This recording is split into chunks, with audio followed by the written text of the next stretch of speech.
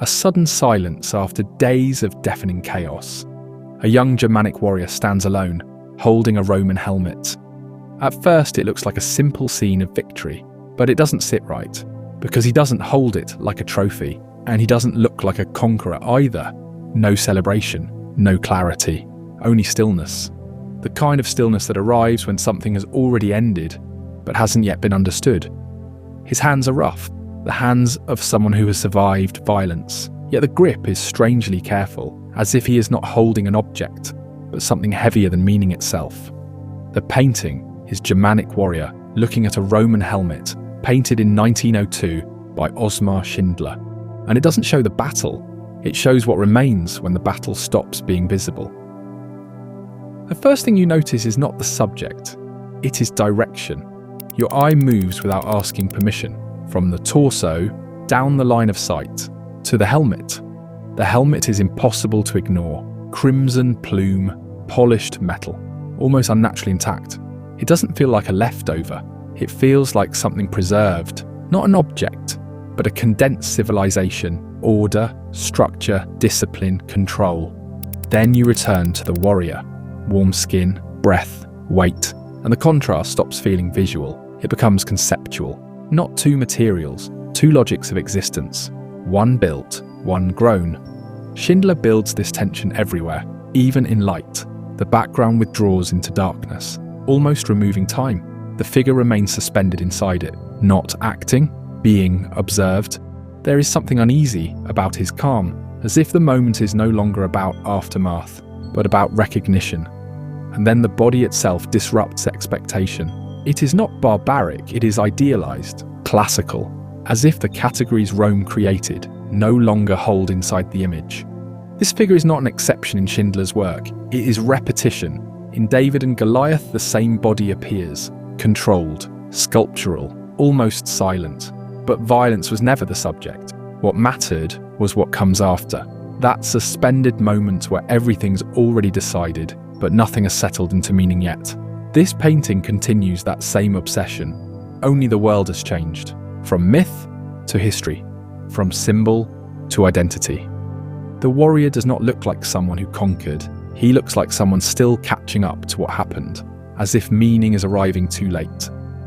Even the details refuse decoration. The turquoise armbands do not decorate him, they define him. Earth, sky, movement, time. Against them, the helmet feels sealed, finished. A different logic entirely. The axe nearby resists ornament as well, functional, heavy, unsentimental.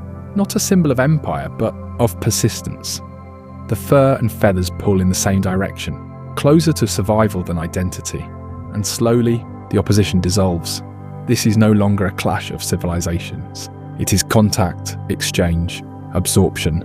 Nothing stays pure for long. But the painting does not only reflect what it shows, it reflects the moment that produced it. Schindler painted this only 2 years after becoming a professor in Dresden, at a time when Germany itself was still assembling an identity. The warrior stops being a figure from the past, he becomes a projection, an image of origin, strength. Even his appearance belongs to another time, closer to 1902 than antiquity. And so the painting begins to speak twice, once about the past, once about the present that imagined it. In early 20th century Germany, this tendency expands. Myth, history, and identity begin to merge. The past is no longer recalled, it is constructed, imagined. This mood appears in works like Hans Thomas Mars, a piece I previously covered in a separate video, where myth is reactivated inside a modern national frame. Even within Schindler's wider circle, later readings of religious imagery, including the mocking of Christ, became subjects of reinterpretation, shaped by shifting political perception. Not because the works changed, but because the viewers did. And what defines this period is not ideology alone, it is atmosphere.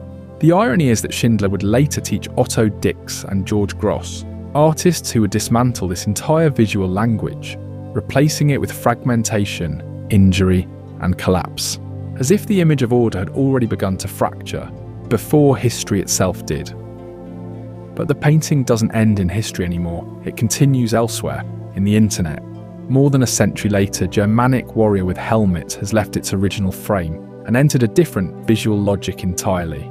Here, it is no longer read historically, it is read structurally, through dominance, tension, sometimes even erotic charge, not as intention but as interpretation, because images do not remain faithful to origin. The warrior's body, the position of the helmet, the softness of light, all begin to shift meaning. What was historical becomes psychological, not a scene, but a reading experience. And what is more striking is how widely this has spread. You see it in games, illustration, fan art, cinematic references. Anywhere controlled masculinity is being visualized, not copied, rewritten. And this is the real transformation, not what the painting is, but what it allows others to see inside it. Meaning does not stay fixed. It drifts across time, across viewers, until eventually the image no longer belongs to its origin, but it never fully escapes it either. That tension is what keeps it alive. The painting was sold at Griesbach, Berlin on November 27, 2019 for €102,500. But its real value is never in ownership.